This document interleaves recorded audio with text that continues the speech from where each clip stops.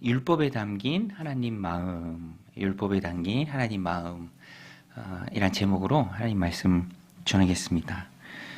오늘 본문에 보면은 이스라엘 백성들이 약속의 땅 가나안 땅에 들어가서 이제 살잖아요. 그런데 사람 사는 곳이고 또 사람들이 살아갈 때는 여러 가지 어려움들 또 문제들 그런 것들이 있습니다. 그런 것에 대해서도 하나님께서는 구체적으로 잘 말씀해 주세요. 그래서 오늘 본문부터 이렇게 쭉 보면은 그 땅에 들어가서 살아갈 때 구체적인 어떤 사안들을 예로 들어주고 이렇게 하라라는 그 말씀을 줍니다. 그런데 뭐 지금 우리가 소를 갖고 있지는 않잖아요, 그렇죠? 저희 시골집에는 소가 있는데 여러분들은 소 없으시잖아요, 그렇죠? 그래서 이 말씀을 문자 그대로 우리에게 적용할 수는 없죠. 소가 없는데 뭐 어떻게 하겠습니까, 그렇죠? 그런데 이 말씀에 담긴 하나님 마음이 있어요. 하나님의 마음이 또 이렇게 행하라라는 그 하나님의 뜻이 이 법률 안에 담겨 있습니다.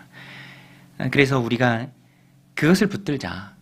뭐 성경 말씀이 다 귀하잖아요. 또 어떤 말씀은 그 중에서도 더 은혜가 되는 말씀도 있고, 그런데 이 본문도 뭐 그냥 지나치기보다는 이렇게 한번 읽고 또 그 안에 담긴 하나님의 뜻, 또 원리, 그런 것들 우리가 좀 붙잡으면 좋을 것 같아요. 오늘 본문에 보면은 대략 좀 간략하게 요약을 하면 소가 받아서, 여러분 소가 뿔이 있잖아요. 뿔이요, 뼈입니다. 뼈. 굉장히 위험하죠. 요즘 같은 때는 또 약이 발달이 돼서 어렸을 때 이렇게 막 지지기도 하고 약품을 발라주면 뿔이 더 안 나요. 자르기도 하고요. 그런데 뭐 예전은 그렇지 않잖아요. 뿔이 크게 나고 그것에 받쳐서 죽는 사람들이 있는데, 그때는 소도 살처분해야 했습니다. 주인은 처벌을 면하고요. 그런데 중요한 것은 29절에 보면은 받는 버릇이 있는 소인데 주인이 그것을 알고도 단속하지 않았다면, 우리 소가 참 잘 받는 버릇이 있어요. 여러분 개도 그렇잖아요. 우리 개는 안 물어요. 안 무는 개가 어디 있습니까? 그 주인한테나 그렇지 위험할 수 있게 막 입마개도 하고 하잖아요. 소도 마찬가지죠. 받는 버릇이 있다면 단속을 해야 했습니다. 그런데 단속을 하지 않은 상태에서 누구를 받아서 그 사람이 죽으면 이 형벌이 엄중해요. 주인도 죽어야 했습니다. 주인도. 책임이 따르는 거죠. 그런데 피해자 가족이 배상을 원한다면 이 물질적으로 배상을 할 수도 있습니다. 또 소년, 소녀, 아들이나 딸들을 소가 그렇게 했을 때도 규정은 동일합니다. 그런데 종이나 남종이나 여종을 했을 때는 이 보상을 하게 돼 있어요. 30세겔. 이 뒷부분 33절, 36절 말씀도 비슷한데 구덩이를 팠어요. 자기 땅에. 자기 땅이니까 구덩이 팔 수 있죠. 하지만 거기에 대한 안전 조치를 다 하지 않았을 때는 짐승이 만약에 그곳에 빠져서 피해가 발생했다 그러면 물어주어야 했습니다. 배상을 해줘야 하고요. 산짐승으로 배상을 해줘야 되고 또 물질적으로도 배상을 해야 할 수도 있고, 대신 죽은 짐승은 그 주인의 것이 되죠. 소가 이웃의 소를 바쳐서 죽게 할 경우도 있습니다. 뭐 관계 속에서 살아갈 때 다양한 일들이 있죠. 그때도 산 소는 처분해서 반반씩 나눠서 배상을 해야 하고요. 또 이 살아있는 소로 배상해야 될 경우도 있습니다. 36절에 보면은. 그래서 본문의 내용을 이렇게 보면은요, 핵심은 책임져야 할 일이 있으면 책임을 져야 한다라는 거예요. 피해를 주지 말라. 자신으로 또 자신이 관리하는 소로 피해를 주지 말라. 혹 피해를 주었을 때는 합당하게 배상을 해야 한다. 이것입니다. 그래서 책임이 있다. 책임이 있다. 피해를 주지 말라. 책임이 있기 때문에 피해를 주지 말고 피해를 주는 일에 대해서는 책임을 져야 한다. 합당하게 배상을 해야 한다. 오늘 본문에 있어서는 중심의 내용이 소의 어떤 행실입니다. 소의 행실. 근데 저는 이 말씀을 보면서 주인에게 책임이 있잖아요. 관리의 책임자는 주인입니다. 주인. 소가 막 들이받고 사람의 생명을 해하고 심지어는 자기의 생명으로 그것을 책임져야 하기도 했습니다. 배상을 해야 하기도 하고요. 중요한 것은 분명한 책임 소재가 명확하다라는 거예요. 관리하는 소에 대해서.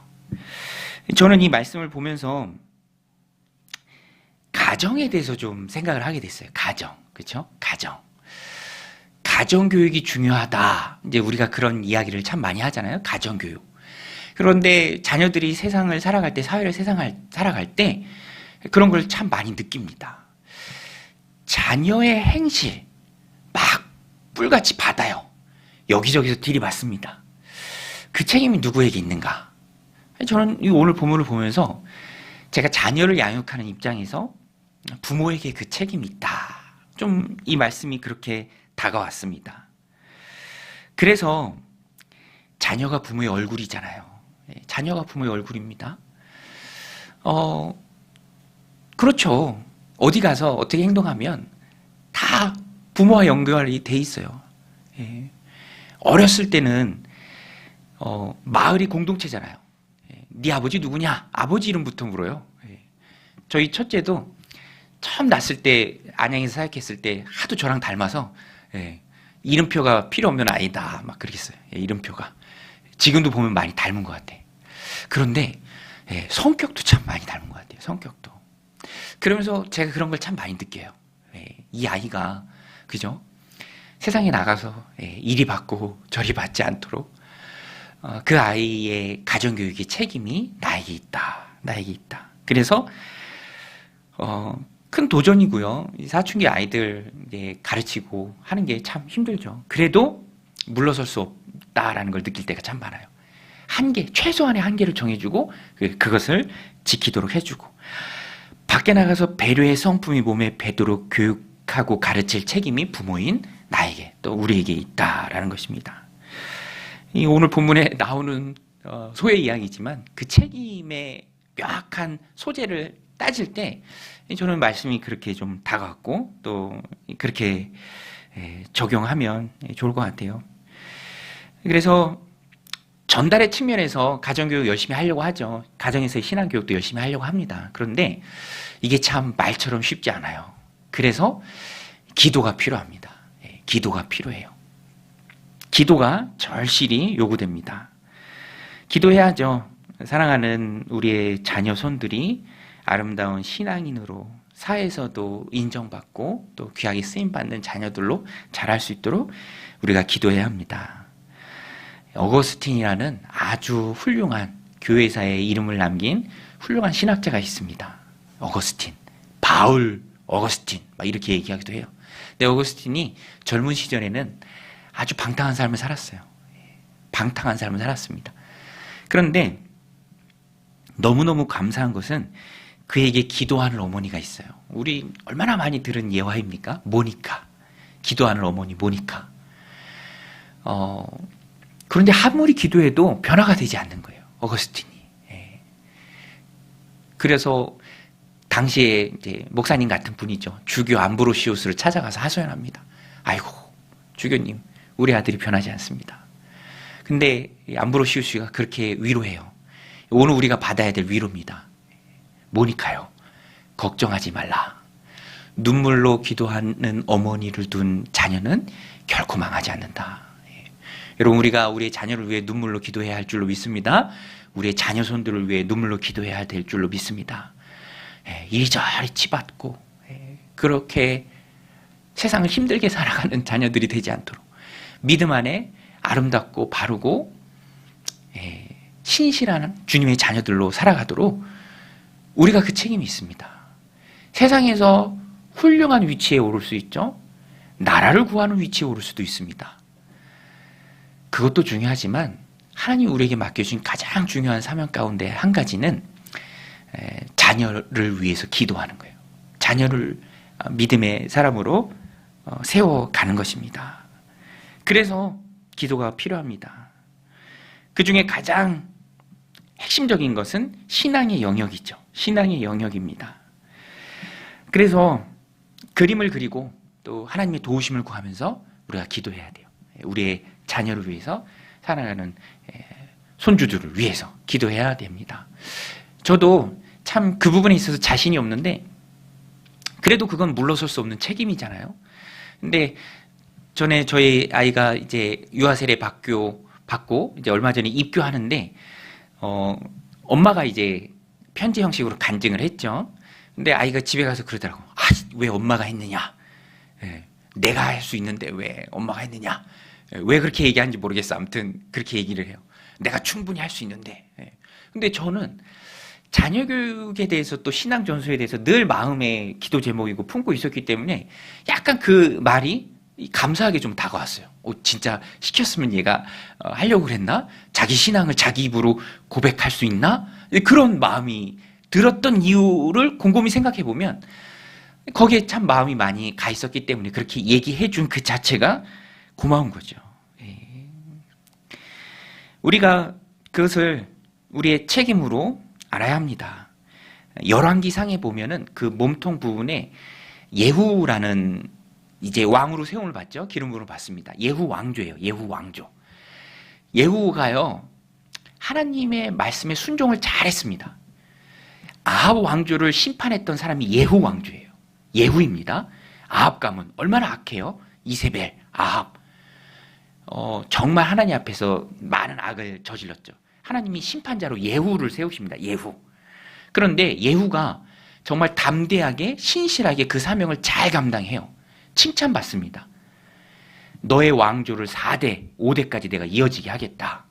그런데 예후에게서 딱 한 가지 아쉬운 게 있어요. 그게 뭐냐면 외부에 대해서 심판은 잘했는데 정작 자기 자신이 하나님의 말씀을 잘 지키지 못했습니다. 성경이 그것을 찝어서 얘기해요. 제가 그 부분을 주의하고 또 이렇게 글 쓰면서 그거예요. 바깥 일은 잘해. 맡겨진 일은 잘해요. 외적으로는 잘해요. 그런데 정작 자기 자신의 신앙을 돌보는 일에 있어서는 놓쳤던 거예요. 오늘 우리가 빠질 수 있는 굉장히 조심해야 할 것입니다. 다른 사람 지적은 잘해요. 다른 사람 정죄하기에는 빠릅니다. 아, 그거 잘못했다. 그거 옳지 않다. 그런데 정작 내 자신이 그것을 지키는 일에 대해서는 실패할 때가 있다라는 거예요. 바깥에는 엄격한 잣대를 들이대면서 정작 나 자신에게는 그러지 못하는 모습이 있지 않는가. 오늘 우리가 이 말씀을 받을 때도 생각해야 합니다. 특별히 이제 자녀 교육에 초점을 맞춰서 제 말씀을 드리는데 저도 그래요. 목양을 잘하고 또 성도님들을 세워드리고 교회를 힘있게 세워가는 거 너무너무 중요하죠. 그런데 그래서 제가 하나님 앞에 엎드려 기도할 수밖에 없는 주제입니다. 정작 내 자녀를 제대로 못 세운다면 그것은 너무너무 안타까운 일이죠. 실제로 또 목회자 가정에 그런 일들이 많이 있어서 또 무릎 꿇을 수밖에 없는 이유가 되는 것 같아요. 하나님 지혜를 주시고 힘도 주시고 내가 하나님이 주신 내 가정의 이 자녀, 오늘 본문에 서로 나오는데 하나님 주신 거잖아요. 잘 관리할 책임이 우리에게 있다라는 것입니다. 여러분, 이 말씀을 마음에 받을 때 우리가 책임자 의식을 가져야 됩니다. 여러분, 우리는 하나님이 세워주신 또 하나님이 맡겨주신 공동체를, 가정을, 자녀를 또 영혼들을 세워야 할 책임자들인 줄로 믿습니다. 그 책임자 의식을 가지고 나아가야 돼요. 그럴 때 다르게 봅니다. 그럴 때 품을 수 있어요. 그럴 때 기도하게 됩니다. 책임을 가졌으니까 기도하는 거잖아요. 책임을 가졌으니까 달리 보는 거잖아요. 예. 사장님이 보는 거랑 직원이 보는 거랑 달라요. 그쵸? 달라요. 직원들은요, 단체 주문 들어오고 그러면 막 힘들어해요. 안 된다 그래. 힘드니까. 근데 사장님은 다르잖아요. 그쵸? 우리는요, 책임자 의식을 가져야 돼요. 그래서 내 부족한 모습을 보면서 하나님 앞에 기도하는 거예요. 하나님, 내가 가정의 영적 제사장인데 우리 가정을 세워가야 하는데 내가 부족합니다. 하나님 힘 주시옵소서. 주님의 능력을 공급해 주옵소서. 기도로 깨울 수 있는 이유는 책임자 의식이에요. 또 한 가지 오늘 본문을 통해서 우리가 좀 생각해 보고 싶은 것이 이 수동적인 면에서 이렇게 잘 가르치고 잘 세워야 한다. 막 들이받지 않도록. 그렇죠? 근데 좀 적극적인 의미에서는 돕는 거죠. 돕는 거. 책임을 넘어서 적극적으로 방어하는 것에서 물러서 멈춰서는 것이 아니라 한 걸음 더 나가서 적극적으로 돕는 것. 우리 한번 따라 쓸게요. 돕는 인생이 축복된 인생이다. 여러분 믿으십니까? 돕는 자들로 세워지시기를 주님의 이름으로 축원드립니다. 돕는 자들. 있으니까 돕는 거 아니에요? 마음이 있고 믿음이 있고 삶의 여유도 있고 그러니까 돕는 게 축복된 거죠. 받는 것도 참 좋아요. 하지만 받는 것보다 돕는 게 더 복된 일입니다. 저희 어머니도요. 너무너무 이렇게 뵈면은 배울 점이 많이 있어요. 그래서 받는 것도 귀하지만 이렇게 도우려고 하세요. 저희 어머니가 섬기는 교회가 성결교여서 성결교는 여성분들도 장로가 돼요. 이제 장로님으로 섬기는데 항상 교회 중심으로 사세요. 잠깐 이렇게 평일날 가서 이렇게 잠깐 있는 시간이어도 계속 전화가 와. 그러면 아유 사모님, 아유 권사님, 아유 집사님 하면서 통화를 하시는 그 모습이 참 좋아요. 아들로서 보기에 너무너무 좋죠. 그리고 또 전에 저희 아버지 돌아가셨을 때 이제 의료 사고의 그런 모습으로 돌아가셔서 받은 보상금도 있는데 그것의 일부로 필리핀에 예배당을 세우셨어요. 그래서 지금 이번 주에 필리핀 가셨어요. 거기 이제 돌아본다라고 하시면서 그런데 교회 안에 저희 어머니만 계신 게 아니라 다른 두 분이 더 계시대요. 필리핀에 예배당을 세우신 분이. 그 세 분 또 청년들 이렇게 같이 선교 여행처럼 가신 것이죠. 갔다 오면 마음이 뜨거워지신대요. 뭐 사실 그렇게 큰 금액이 아님에도 불구하고 그것을 하나님 앞에 드렸을 때 도왔을 때 필리핀의 영혼들을 위해서 도왔을 때 그것이 쓰이는 방식의 모습을 보면 너무너무 귀하다라는 거죠. 너무너무 귀하다. 어려운 국가들은 그런 것들이 참 귀하게 쓰이잖아요. 돕는 거죠. 너무너무 귀한 모습입니다. 사실 그런 도움이 굉장히 중요해요. 우리가 누군가를 도울 때 가장 은혜롭게 잘 돕는 도움은 복음의 도움입니다. 복음의 도움. 그 이상의 도움이 어디 있습니까? 한 영혼을 하나님 백성으로 세워주는 그 복음의 도움. 너무너무 귀하죠. 그리고 그 도움은요. 그 중심에 우리의 섬김이 있습니다. 섬김. 우리 이일주 집사님이 평신도 세미나 갔다 와서 지난주 주일날 평생 간증해 주셨는데 그 말미에 그렇게 고백했잖아요. 내가 지금껏 살아오면서 참 많은 설교를 듣고 좋은 설교 들었다. 여러분 좋은 설교가 얼마나 많이 있습니까? 그렇죠? 유튜브에 찾아보세요. 너무너무 넘쳐나죠. 그것도 참 귀하죠. 그런데 믿지 않는 분들한테는 그게 사실 다가갈 수가 없어요. 다가가는 건 그럼 뭡니까? 다가가는 것은 나의 섬김이에요. 나의 섬김. 내가 그 영혼을 품고 기도해주고 또 그 영혼이 어려움을 만났을 때 내가 곁을 지켜주고 위로해주고 도와주는 것. 그 섬김을 잊지 못하고 그 섬김을 통해서 영혼들은 마음의 문을 엽니다. 누군가를 도울 때 가장 큰 도움이 복음의 도움이고 그 복음의 도움을 통해서 나가고자 할 때 가장 귀하게 쓰임받는 도구요 무기는 하나님이 우리에게 주신 섬김이에요. 내가 돕는 거. 마음으로 또 시간을 들이면서 에너지를 투자하면서 돕는 거. 여러분 오늘 우리가 누구를 도와야 합니까? 복음을 전해주는 것이 가장 큰 도움이고 지금 복음 바깥에 있는 사람들을 우리가 도울 수 있는 거죠. 1차적으로는 가정, 배우자, 자녀들, 또 주변에 있는 영혼들. 그렇게 돕는 그 성금이 손길이 귀하다라는 것입니다. 그 섬김이 참 귀하죠. 이제 제가 엊그제 노회에 다녀왔는데 이제 되게 시찰에 속한 목사님들이 되게 좋으세요. 근데 그 중에 한 분 목사님이 계신데 이 목사님이 이제 목회하는 곳은 여기 강동구예요. 그런데 사는 곳은 저기 경기도 위에요. 굉장히 멀어요. 근데 여기도 뭐 있을 때가 많이 있는데 왜 거기 있으신가 전에 들었는데 아직도 해결이 안 됐대. 근데 그 이유가 뭐냐면 살고 있는 전셋집의 주인이 이제 연로해서 죽게 된 거예요.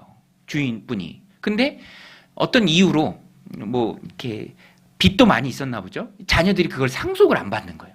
그러니까 여기가 붕 떠버린 거예요. 주인이 없는 집이 돼버린 거예요. 근데 이게 해결을 해야 되는데 해결이 안 된대. 법상으로. 변호사를 많이 만나봐도 그게 해결이 안 된대요. 그럼 해결이 언제 되느냐? 한참 지나서 이게 나중에 경매로 나와야 된다는 거예요. 경매. 그때까지 거기 머물러 있는 거예요. 그러니까 이 목회에 참 어려움이 있다. 예, 집은 저기 경기도 북부 끝이고 휴전선 부근이고 목회하는 공동체는 여기 강동구고. 그러니까 오갈 수가 없는 거예요. 오갈 수가 없는 거예요. 일주일에 몇 번. 가까이 있어야 되는데. 그런데 그 어려움을 어떻게 극복하는가? 하나님이 돕는 손길들을 붙여주신다라는 거예요. 돕는 손길들. 그분들의 도움을 받는다라는 거예요. 본인 대신 공동체를 좀 지켜주고 공동체의 기둥 같은 역할을 하는 분들을 하나님이 보내주시고 하나님이 준비한 사람을 통해서 하나님의 나라를 이루어 가십니다. 내가 하나님 앞에 신앙생활하면서 가장 가치 있고 복된 일이고 감사한 일은 하나님이 하나님의 나라를 이루어감에 나를 준비시켜서 내가 쓰임 받는 거예요. 그게 참 귀한 사명이죠. 또 감사한 일이죠. 얼마나 감사합니까? 내가 그 하나님의 일에 누군가를 돕는 일에 쓰임 받는다라는 거. 여러분 오늘 우리도 한 걸음 더 나아가는 삶이 되었으면 좋겠어요. 내 안에서 멈추고 머물러 있는 삶이 아니라 아주 작은 것이라 할지라도 복음을 들고 가깝게는 가족들 또 주변에 있는 영혼들 우리가 복음 전하지 않으면 다 고통 속에 떠내려가야 될 영혼입니다. 여러분 하나님 없는 곳이 얼마나 괴롭습니까? 아까도 그 신방 가면서 이렇게 얘기하다가 제 아내랑 잠깐 얘기했는데 제 아내가 예전에 비중격 수술이라고 받았거든요. 혹시 아시나요? 비중격 수술. 코 이렇게 좀 넓히는 수술인데 되게 아파요. 그 수술 받은 분들 주변에 여러 분들 있어요. 공통적으로 하는 고백이 뭔지 아세요? 지옥을 경험했다. 그 면을 그 코 속에 세상에 그렇게 많이 들어가요. 막 집어넣어요. 그리고 하루 동안 그거를 놓고 사는 거야. 그런데 우리가 느낀 게 뭡니까? 고통이죠. 고통. 고통. 고통의 반대편에 하나님 나라가 있습니다. 저는요 이렇게 신앙생활 하면서 목양을 하면서 또 성경 공부를 가르치면서 어느 때인가 참 감당할 수 없는 기쁨이 몰려요. 그 기쁨이 뭐냐면 내가 하나님 알게 된 거, 신앙생활 하게 된 거. 얼마나 감사합니까? 천국의 소망을 가지고 하나님 주신 삶을 살아가게 되는 거. 여러분 천국이 진짜 보배인 줄로 믿습니다. 할렐루야. 지금 금값 막 오른다고 막 그죠? 금 혹시 많이 갖고 계신가요? 그거보다 훨씬 더 큰 기쁨이 천국의 기쁨이에요. 세상의 어떤 것과는 비교할 수 없는 큰 기쁨이죠. 우리에게 주어질 천국. 여러분 우리는 이 땅에서 눈 감으면 하나님 품 안에서 눈 뜰 줄로 믿습니다. 소파에서 아이가 잠들면 이렇게 안아서 침대에 누입니다. 그러면 그 아이는 너무너무 신기한 거야. 그렇죠? 소파에서 내가 분명히 소파에서 잤는데 눈 떠보니 침대네? 그리스도인에게서 죽음이 그래요. 눈 떠보면 하나님 품 안입니다. 이 땅에서 눈을 감지만. 그 소망이 무엇을 가지고 살 수 있겠습니까? 세상 그 어떤 것을 가지고. 그런데 하나님 우리에게 선물로 주신 거예요. 너무너무 귀하죠. 우리가 누군가를 도울 수 있는 가장 큰 도움은 그 천국의 소망을 전달해 주는 거예요. 그리고 그 무기는 그 도구는 섬김입니다. 섬김. 오늘 우리에게 주신 마음 또 섬김 그 도구를 가지고 세상 사람들은 세상이 전부인 줄 알아요.